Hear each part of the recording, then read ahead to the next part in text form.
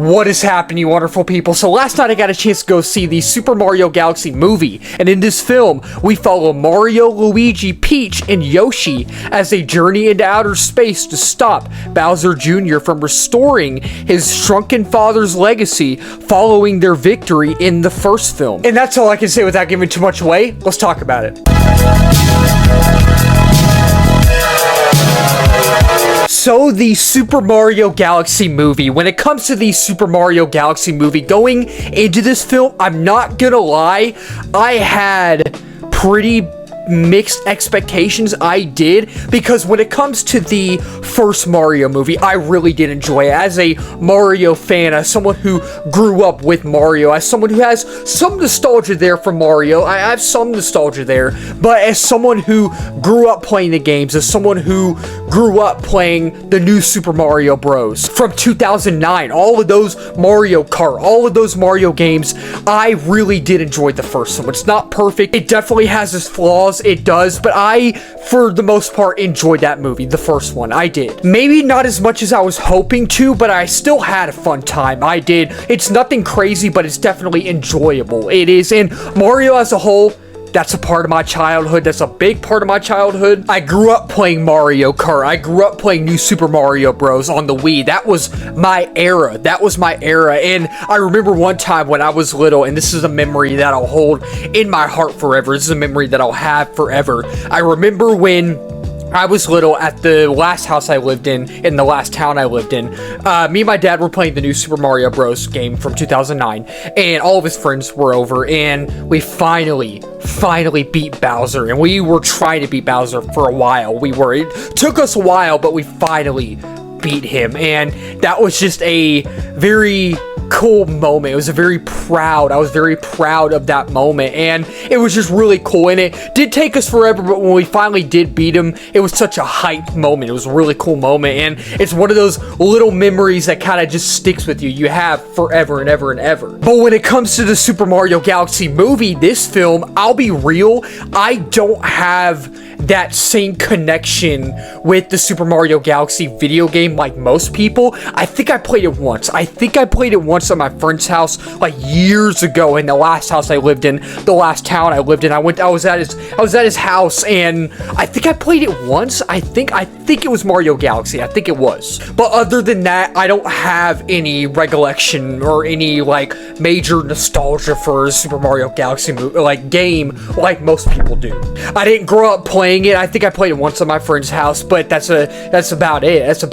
And because of that, my hype for this movie, it just wasn't really through the roof. And even though I like Mario, even though I enjoyed the first movie, it's not one that I revisit all the time. And this one just didn't feel like a must-see event for me, but at the end of the day, it's Mario. We're talking about one of, if not the most iconic video game characters of all time, and not just video game characters, but pop culture characters of all time. Like, whether it's movies, whether it's video games, comic books, whether it's just pop culture in general. He's one of, if not the most popular. He is, and this character is global. He's global. Everybody knows Mario. Everybody loves Mario. And so, of course, I had to check it out, the movie. I had to. And after finally seeing the Super Mario Galaxy movie, after walking out of the theater last night, it's a really fun time. It is. So if you're new to my channel, or if you've been following my channel for a while, you know that I like to talk about my positives first, then my negatives next. But even when I need to be negative, I will be positive. And even when I need to be positive, I will be negative as well. And overall,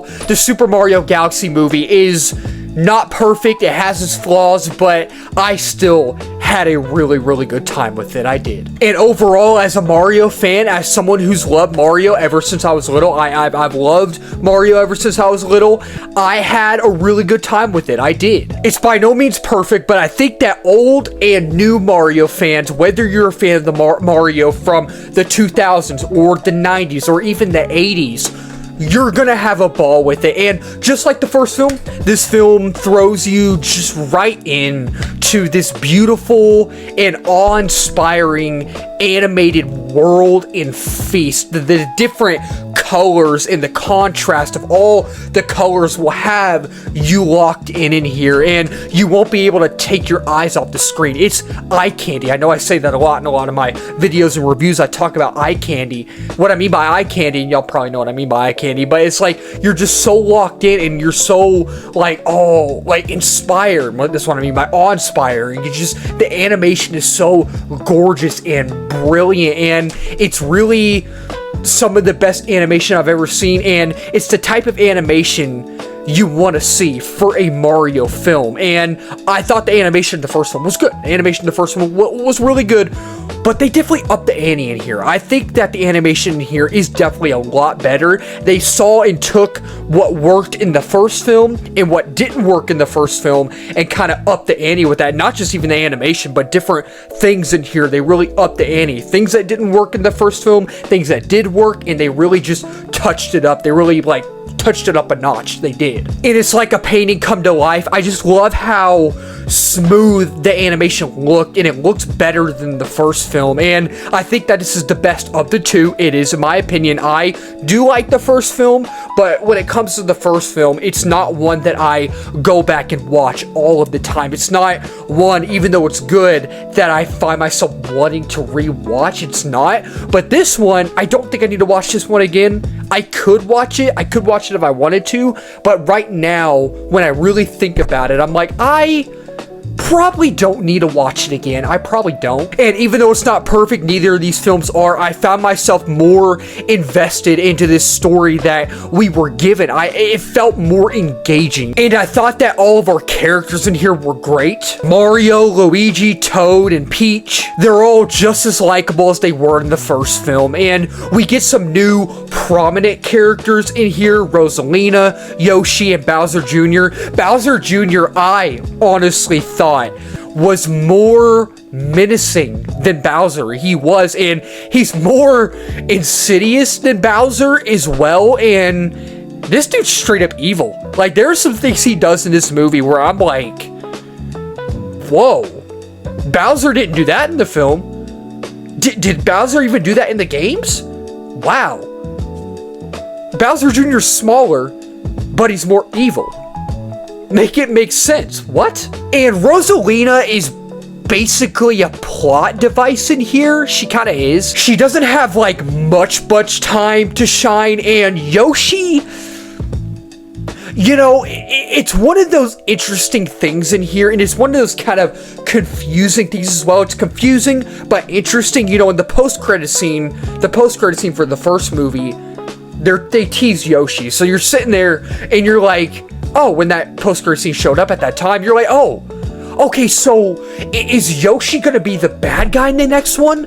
Yoshi's gonna be like a main player in the next one. And unfortunately, it was good to see Yoshi. It was. I love Yoshi like anybody else. But Yoshi had no reason to be in this movie. He had no narrative, or he had no reason to be in this movie. It didn't make any narrative sense for him to be in here. If you pluck him out of the movie, the plot doesn't change. It really doesn't. And he kind of just felt shoehorned in. And there's another character who has a prominent role in here. He shows up in the second act, and they did spoil him in the posters. And I'm not going to say who it is. And because if you're not on social media, I don't want to give it away. You probably already know who I'm talking about, but if you don't know, if you're watching this and you're a person who doesn't know and doesn't want to know, I'm not going to say anything. But this character was cool. I like this character, and I did not know this was a character at all. I never even knew this character existed. And that's kind of how out of the loop I am with the Mario lore and the different Mario games from the 90s and the 2000s. That's kind of